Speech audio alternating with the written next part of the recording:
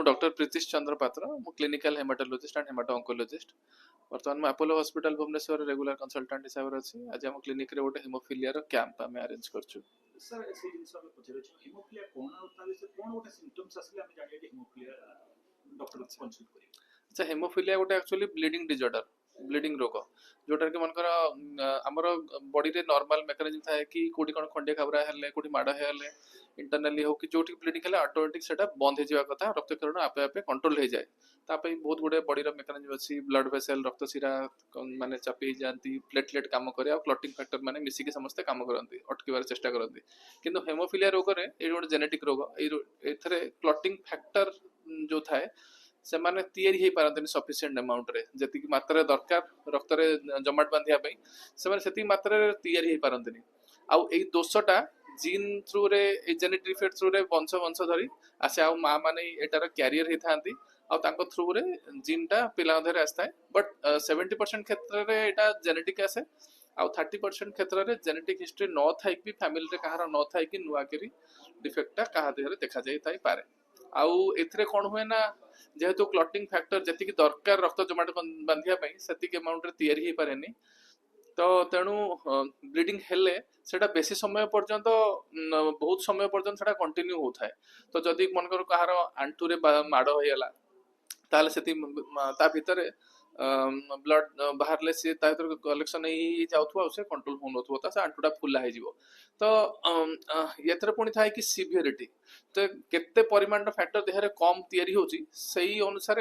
रोगर सिवियरिटी आमे ताको डिसाइड करू जहार एकदम फैक्टर बहुत ही कम तयारी 1% रो भी कम तयारी होची ताको आमे सिवियर हेमोफिलिया कहू जहार 1% रो अधिक तयारी होची किंतु 5% रो कम ताको आमे मॉडरेट हेमोफिलिया कहू जहार नॉर्मल टू कम किंतु 5% अधिक रोची ताको आमे माइल्ड हेमोफिलिया कहू एई डिफरेंशिएट करिवार कारण हो जे जो मानकर सिवियर थाए तांकर किछि कोठी माड न ही कि आघात न ही कि भी आपे आपे चला बुला समय रे बा छोट छुआ गुरुंडु थे समय रे आपे आपे तांकर गंठी गंठी रु मनु मन ब्लीडिंग भी हबार रिस्क थाए आउ जो मानकर मॉडरेट बा माइल्ड थाए से मानकर साधारण तो मनु मन हुएनी बहुत कम किछि किंतु माड होई गले आघात लागि गले सेही समय रे ब्लीडिंग होर चांस थाए आउ कोनसी मानकर ताकर जति लाइफ रे केबे सर्जरी फर्जरी करिया पड़े ताहले ता पूर्व जानिथिले इंजेक्शन देई कि ताको ता परे से प्रोसीजर पे हमें ताको प्लान कर कोन ट्रीटमेंट कोन करा जेबा। अच्छा जेहेतु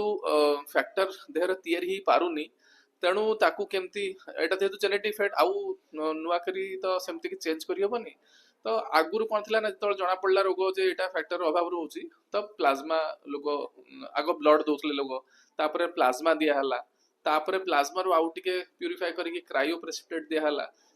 तो एबे तापरे वर्तमान इंजेक्शन बाहरला तो हेमोफिलिया दी प्रकार रे अछि गोटे फैक्टर 8 रे डेफिशिएंसी हेले हेमोफिलिया ए को फैक्टर 9 रे डेफिशिएंसी हेले हेमोफिलिया बी को तो दीटा पे अलग अलग इंजेक्शन अवेलेबल अछि तो इंजेक्शन दाम किंतु बहुत अधिक तो लोक मान पक्षरे किनिकी नबा बारंबार ए सब जिंसर सिम्पटम हेले एमते कारण लक्षण बारंबार होता है सबले नबा टिके संभवपर हुएनी तेणु सरकारी साहाय्य द्वारा सरकार गवर्नमेंट हॉस्पिटल रे अवेलेबल कर दी थांती तो गवर्नमेंट हॉस्पिटल थ्रू रे ताकू मिल पारे ता छडा बेले बेले अवेलेबिलिटी नथिले बहुत गुडे एनजीओ संस्था भी थांती बा हेमोफिलिया सोसाइटी भी अच्छी एमारे समस्त साहाय्य विभिन्न हॉस्पिटल माध्यम अवेलेबल करा ही पारुची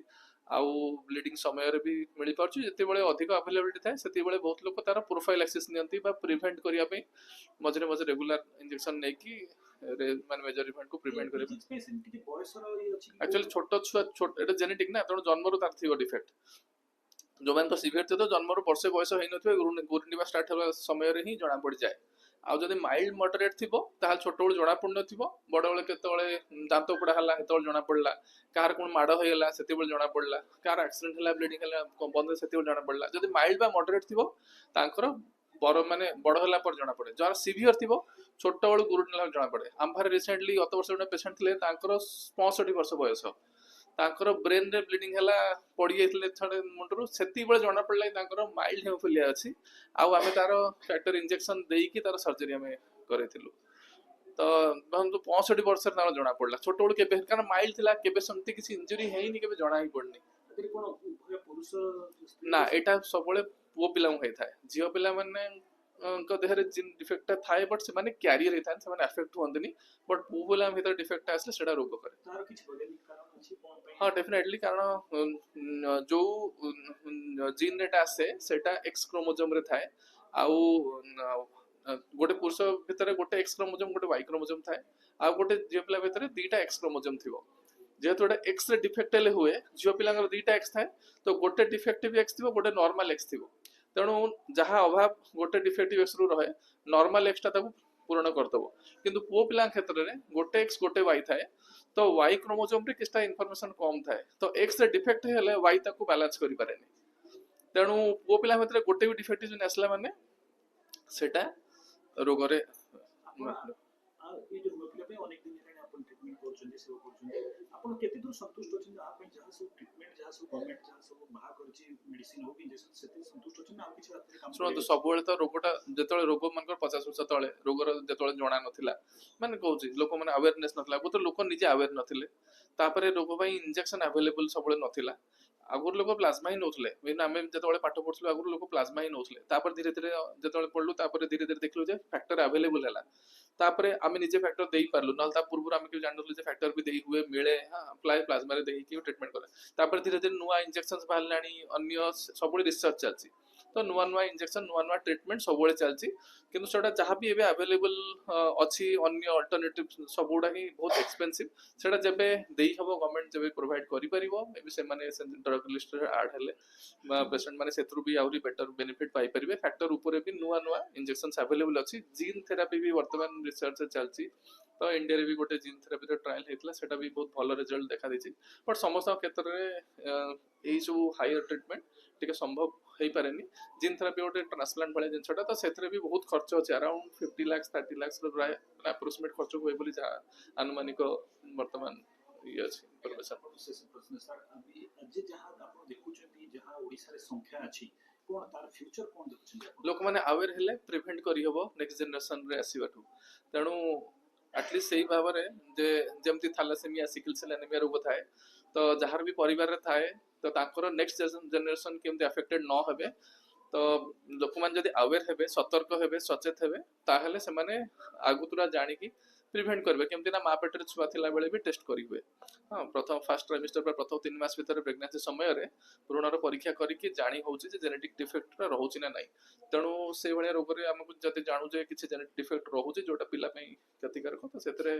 टर्मिनेशन पई भी माने नेक्स्ट पॉसिबिलिटी अछि जदि हेल्दी छुआ थाए आमे तो कंटिन्यू करिया कहू जदि जेन डिफेक्ट थाए ताकू टर्मिनेट करी से मेसेज गोटा कोन दउछ तेणु जदि कहार ये लक्षण अच्छी निजर था निज परिवार भितर जे ब्लीडिंग लक्षण था कि प्रोलंग ब्लीडिंग होची कौन दांत मान दांत उपड़ा है बहुत समय ब्लड बंद है बा आपे आपे कहार परिवार मनकर आंटू गंडी बारंबार फुली जाउची बा नाली पड़ी नील पड़ी जाउची तो ब्लीडिंग हला भाई लगुच इंटरनाली बा ये जदि किसी लक्षण अच्छी आ परिवार जदि देखुଛନ୍ତି ଖାଲି ପୁଅ ପିଲା ମାନଙ୍କର ଏଫେକ୍टेड ଅଛି ମାନଙ୍କର ଛୋଟ ପୁଅଟି ଅଛି ଆଉ ତାର ମାମୁଙ୍କର ଅଛି ତାର ଅଜାଙ୍କର ଅଛି ତ ବା ବହୁତ ଗୁଡେ ଭାଇ ମାନଙ୍କର ଅଛି ଭଉଣୀଙ୍କର ନାହିଁ ତାହେଲେ ସେଗୁଡା ସବୁ ପ୍ରାୟ ହେମୋଫିଲିଆର ଲକ୍ଷଣ ହେଇଥାଇ ପାରେ ଏଟା ପୁଅ ମାନଙ୍କ ଥ୍ରୁରେ ହିଁ ମାନେ ପୁଅ ମାନଙ୍କୁ ହିଁ ହୁଏ ଝିଅ ମାନଙ୍କ ଥ୍ରୁରେ ଜିନ୍ ଟା ଯାଏ ବଟ୍ ପୁଅ ମାନଙ୍କୁ ହୁଏ ତ ତେଣୁ ଆପଣ ହେମୋଫିଲିଆ ହୋଇଥିବାର ସମ୍ଭାବନା ଭାବିକି ତାଙ୍କ ପାଇଁ ଟେଷ୍ଟ କରିପାରିବେ हेमोफिलिया केवल गोटे ब्लीडिंग डिसऑर्डर नुह ब्लीडिंग डिसऑर्डर आहुरी अन्य प्रकार भी अछि आउ ता छडा von Willebrand डिजीज आउ प्लेटलेट डिसऑर्डर एंड बहुत प्रकार डिजीज अछि आउ रेयर क्षेत्र रे जियो पिला को भी हेमोफिलिया हेई पारे एमति न जे एकदम हबनी बोली नुह रेयर क्षेत्र रे जियो पिला को हेई पारे हम किछि पेशेंट भी देखिछु तार अन्य साइंटिफिक एक्सप्लेनेशन भी अछि तेणु सेत पई गत वर्षर हेमोफिलिया रो थीम थिला जे द गर्ल्स कैन ब्लीड बोली हां वुमेन कैन ब्लीड टू तो एमति भी ताकर स्लोगन थिला कि कारण धीरे धीरे जते अवेयरनेस बढ़ुची जदि लोक जानी गले जे पुओ पिला को भी होउची झियो पिला को भी वर्तमान हेई पारे बोली भी अवेयर रही कि ताकू माने मैनेज ट्रीटमेंट जहार होउची ता ट्रीटमेंट भी संभव एमति बोली जानिया कथा तो ता छडा हां यार ट्रीटमेंट अवेलेबल एमति नो ट्रीटमेंट संभव नुआ गवर्नमेंट हॉस्पिटल मानकर फैक्टर्स अवेलेबल हुए हां बेले बेले क्राइसिस हुए कारण बहुत कॉस्टली मेडिसिन एक्सपेंसिव मेडिसिन से समय आपण ओटे धैर्य धरिया पड़िबो ता छडा हेमोफिलिया सोसाइटी आ विभिन्न एनजीओस मध्ये या पे आगे आछंती क्राइसिस समय रे आपण मानको सेवा प्रदान करिया